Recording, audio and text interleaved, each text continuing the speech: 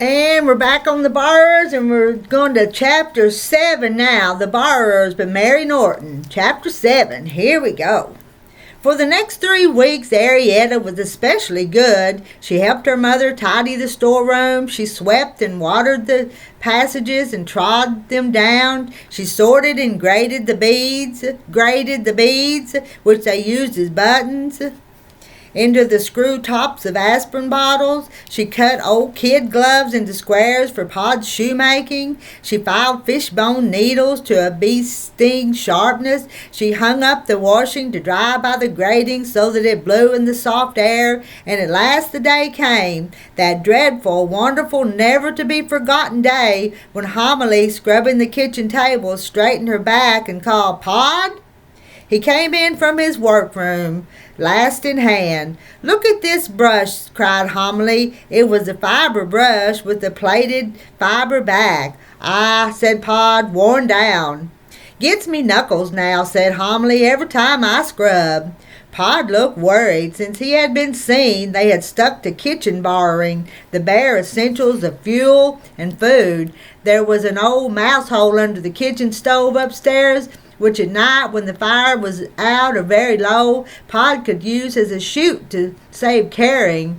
Since the window curtain incident, they had pushed a matchbox chest of drawers below the mouse hole, and had stood a wooden stool on the chest of drawers, and Pod, with much help and shoving from Homily, had learned to squeeze up the chute instead of down. In this way he need not venture into the great hall and passages. He could just snip out from under the vast black stove in the kitchen for a clover or a carrot or a tasty piece of ham. But it was not a satisfactory arrangement.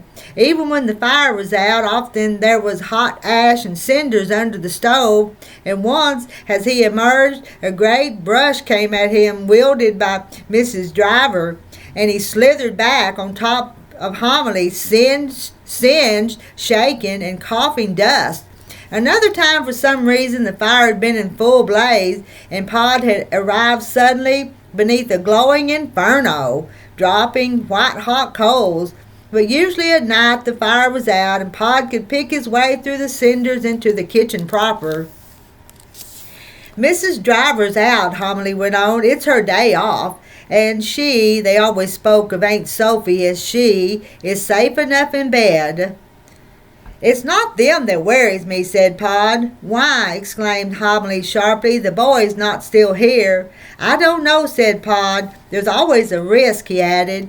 "And there always will be," retorted Homily, "like when you was in the coal cellar and the coal cart came." "But the other two," said Pod, "Mrs. Driver and her, I always know where they are, like." "As for that," exclaimed Homily, "a boy's even better. You can hear a boy a mile off. Well," she went on after a moment, "please yourself, but it's not like you to talk of risk." Pod sighed. "All right," he said, and turned away to fetch his borrowing bag. "Take the child," called Homily after him. Pod turned. "Now, Homily," he began in an alarmed voice. "Why not?" asked Homily sharply. "It's just the day. You aren't going no further than the front door. If you're nervous, you can leave her by the clock, ready to nip underneath and down the hole. Let her just see, at any rate. Arrietty?" As Arrietty came running in, Pod tried again. "Now listen, Homily," he protested. Homily ignored him. "Arrietty," she said brightly, "would you like to go along with your father and borrow me some brush fiber from the doormat in the hall?" Arrietty gave a little skip. "Oh," she cried, "could I?" "Well, take your apron off," said Homily, "and change your boots. You want light shoes for borrowing. Better wear the red kid." And then, as Arrietty spun away, Homily turned to Pod. "She'll be all right," she said. "You'll see." As she followed her father down the passage, Arrietty's heart began to beat faster. Now the moment had come at last. She found it almost too much to bear. She felt light and trembly and hollow with excitement. They had 3 borrowing bags between the 2 of them. "In case," Pod had explained, "we pick up something. A bad borrower loses many a chance for lack of an extra bag." And Pod laid these down to open the first gate, which was latched by a safety pin. It was a big pen, too strongly sprung for little hands to open, and Arrietty watched her father swing his whole weight on the bar, his feet kicked loose off the ground. Hanging from his hands, he shifted his weight along the pen toward the curved sheath, and as he moved, the pen sprang open, and he, in the same instant, jumped free. "You couldn't do that," he remarked. Let me show you his. Can you see him? He's opening the safety pin that keeps the gate latched, and Arrietty's there with him, and they have their bags with them to go borrowing. "You couldn't do that," he remarked, dusting his hands. "Too light, nor could your mother. Come along now, quietly." There were other gates, all of which Pod left open. "Never shut a gate on the way out," he explained in a whisper. "You might need to get back quick." And after a while, Arrietty saw a faint light at the end of the passage. She pulled her father's sleeve. "Is that it?" she whispered. Pod stood still. "Quietly now," he warned her. "Yes, that's it. The hole under the clock." As he said these words, Arrietty felt breathless, but outwardly she made no sign. "There are 3 steps up to it," Pod went on. "Steep like, so mind how you go. And when you're under the clock, you just stay there. Don't let your mind wander and keep your eyes on me. If all's clear, I'll give you the sign." The steps were high and a little uneven, but Arrietty took them more lightly than Pod. As she scrambled past the jagged edges of the hole, she had a sudden blinding glimpse of molten gold. It was spring sunshine on the pale stones of the hall floor. Standing upright, she could no longer see this. She could only see the cave-like shadows in the great case above her and the dim outline of the hanging weights. The hollow darkness around her vibrated with sound. It was a safe sound, solid and regular, and far above her head she saw the movement of the pendulum. It gleamed a little in the half-light, remote and cautious in its rhythmic swing. Arrietty felt warm tears behind her eyelids and a sudden swelling pride. So this, at last, was the clock, their clock, after which her family was named. For 200 years it had stood there, deep-voiced and patient, guarding their threshold and measuring their time. But Pod, she saw, stood crouched beneath the carved archway against the light. "Keep your eyes on me," he had said, so Arrietty crouched too. She saw the gleaming golden stone floor of the hall. I've got to plug up this battery. It's going to go down on me. Hold on a second. We'll come back.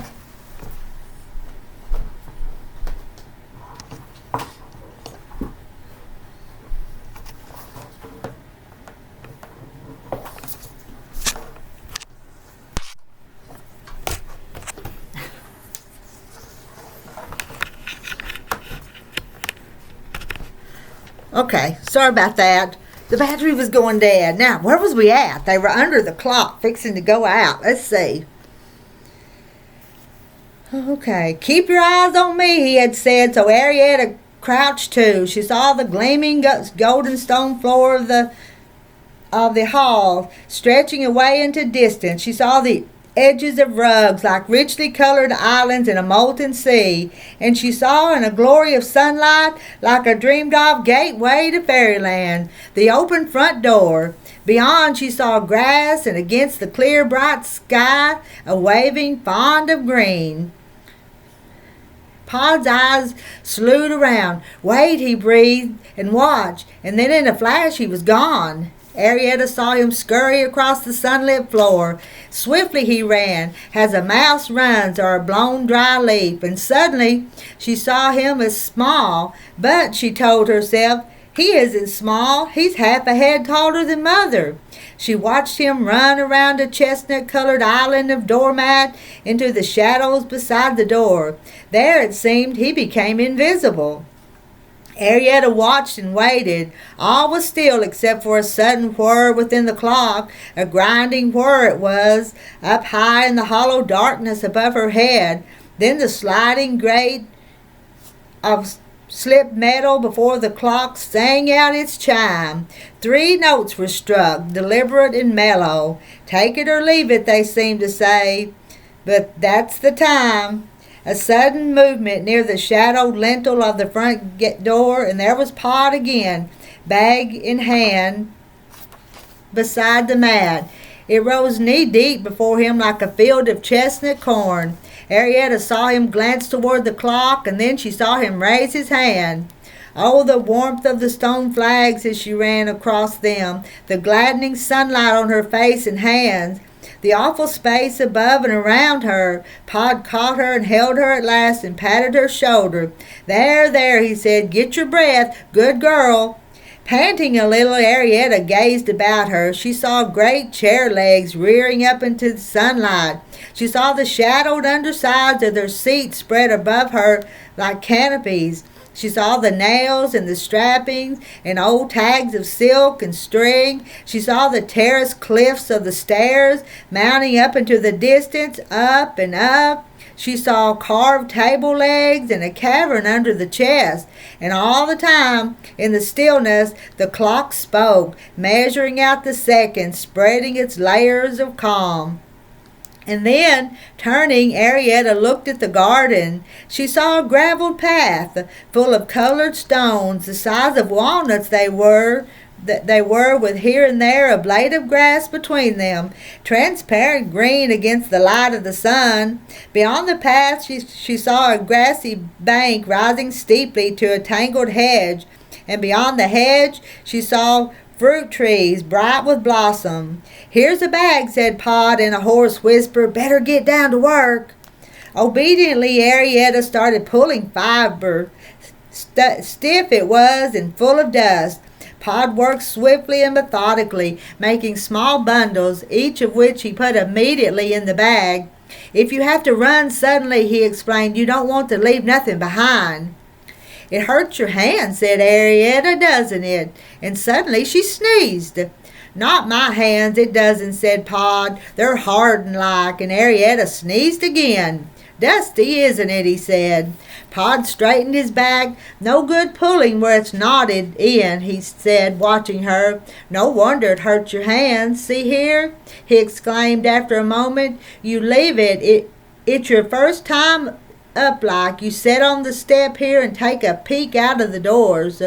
Oh, no, Arrietty began. If I don't help, she thought, he won't want me again.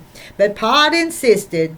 I'm better on me own, he said. I can choose me bits, if you see what I mean. Seeing as it's me who's got to make the brush. And that's the end of chapter 7. I may read another one. We'll see.